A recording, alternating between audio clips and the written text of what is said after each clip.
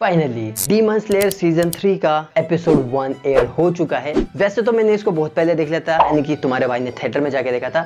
उससे मेरा क्या फायदा हुआ, मुझे क्या मिला? लिंक जो है आपको कमेंट बॉक्स में मिल जाएगा, जो कि काफी चुम्बी सोरी मेरा एक्सपीरियंस था, आप चाहे तो उसको देख सकते हो। बाकी जो कि मैंने सेकंड टाइम रीवॉच करा है, सेकंड टाइम नहीं थर्ड टाइम, क्योंकि अभी भी मैंने 2 बार देखा। क्या मारा है सच्ची में? रिव्यू तो मैं करने ही वाला हूँ पूरे एपिसोड का, 1 घंटे का एपिसोड था। उसके साथ में कुछ ऐसे पॉइंट्स होंगे कि हो सकता है कि आपने मिस कर दिया। So hello and welcome back guys to the another episode of anime boy. Final battle होने के बाद एपिसोड खत्म होता है, जहाँ पे हमारे हीरोज को उठा के लेके जाया जाता है। कहाँ पे? मुझे क्या पता, मुझसे पूछे जा रही है बार बार। अपने विलेज में लेके जाते हैं, जहाँ पे उनका इलाज करते हैं। सपने में तांजीरो अपने किसी एंसेस्टर को देखते हैं, जिसके साथ में उसके सपने में आने वाले मिस्टीरियस बंदा इसमें भी नजर आते हैं। सो इस सपने में हमें कुछ डिटेल पता चलेगी। ये जो बंदा है अपनी रिस्पॉन्सिबिलिटीज जो भी होती है उससे दूर जा रहा है, और ये जो बंदा है ये भी सन ब्रीदर है, और इसके पास सिनीचुरी तलवार के साथ में वो इयररिंग्स है। इसके पास वो स्कार्स भी है, जो कि हर एक सन ब्रीदर के पास होता है। अच्छा, और इसकी बातों से ये लगता है कि ये जो शायद अपनी वाइफ को बचाने में नाकामयाब हुआ था, इसका बोझ अभी तक लेके चल रहा है। और जब तांजीरो कोमा से बाहर आता है तो पता चलता है कि उसको कोमा में गया हुआ है कम से कम 2 महीने हो चुके हैं। और इसके बाद जब ये उठता है तो देखता है इसके सीलिंग के ऊपर में कौन होता है, इनोसके। एंड हमें पता चल रहा था कि इनोसके कितने समय से ऊपर था। इस एपिसोड में हमें पता चला, जो कि लास्ट के क्रेडिट सीन में बताया, जहाँ पे लोग डिस्कस कर रहे होते कि कितने देर से हो सकता है। मिस आयोई बोलती कि शायद हो सकता है कि 1 घंटे से हो, लेकिन वहीं पे इनोसके आता है और बोलता है कि नहीं, 1 घंटे से नहीं, मैं पूरे के पूरे 1 दिन से उसका वेट कर रहा था। यानी कि चिल्ला चिल्ला के कहीं ना कहीं उसी ने तांजीरो को उठाया। तांजीरो को याद आता कि हाँ, उसको जो है कटाना की जरूरत थी, इसके लिए उसका जो स्वॉर्ड्समिथ है उसका कटाना लेके आने वाला था, लेकिन 2 महीने हो गए, वो अभी तक आया नहीं। अब मिलता ही नहीं है, पता नहीं कहाँ है। तो उसी स्वॉर्ड्समिथ के गांव पे जाने वाला है अभी तांजीरो। और उसके बाद जो तांजीरो है उसी विलेज में जाने के लिए रेडी होता है। लेकिन उससे पहले मैं बात कर लेता हूँ इन्फिनिटी कैसल के बारे में।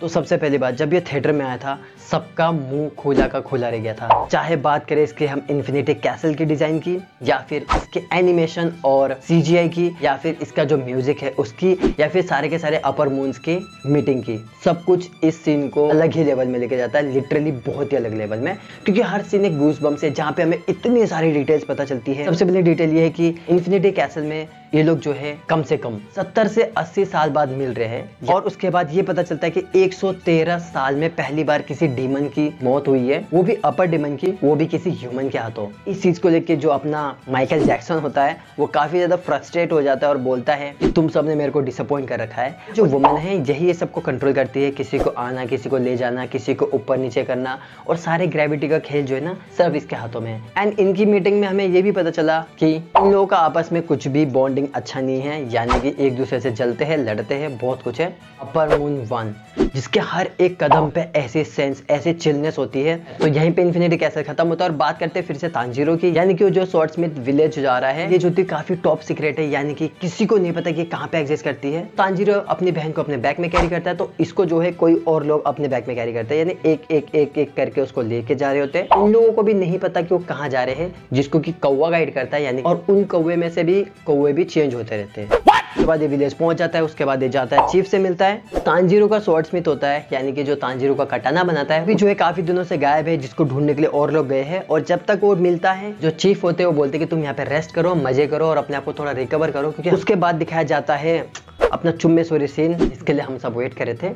अपने साथ मत जोड़िए हमको। मुझे थोड़ी डिटेल इसके बारे में पता चली, हो सकता है थिएटर में मैं पढ़ नहीं पाया ढंग से। यानी कि ये जो पॉन्ड है इसमें जो नहाता है उसके जितने भी फ्रस्ट्रेशन, जितने भी घाव है, सब कुछ जो है हील हो जाती है, यहाँ तक कि टूटे हुए दिल का भी इलाज हो जाता है। सो फाइनली तुम्हें तुम्हारी एक्स भुलाने की जगह मिल चुकी है, जाओ। लव आशिरा और तांजीरो में कुछ बात हो रही थी, तो वो पूछता कि आखिर आप हाशिरा बनना क्यों चाह रही थी। तो जिसके रिस्पॉन्स में वो काफी वियर्ड जवाब देती कि मुझे जो एक मर्द चाहिए जो कि मेरे से ज्यादा पावरफुल है और मेरी रक्षा कर पाए। जिसके बाद पता चलता है कि इनका जो है काम खत्म हो चुका है, यानी कि इनका कटाना रेडी हो चुका है। तो इसलिए जो है लास्ट बार तांजीरो को बाय बोलती है और बोलती है कि अपना ख्याल रखना, और जो तुमने अभी तक करा है वो बहुत कुछ अचीव करा है।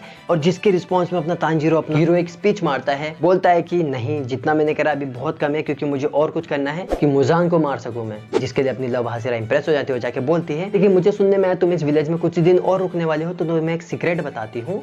यहाँ पे कुछ ऐसी चीज है, यानी कि कुछ ऐसा वेपन है, अगर तुम उसको लोगे तो तुम्हें जो है वो और पावरफुल कर देगा। सो उसकी खोज में तांजीरो निकल पड़ता है, यानी कि वो ढूंढता है कि कहीं गड़ा होगा, कहीं मिल जाएगा।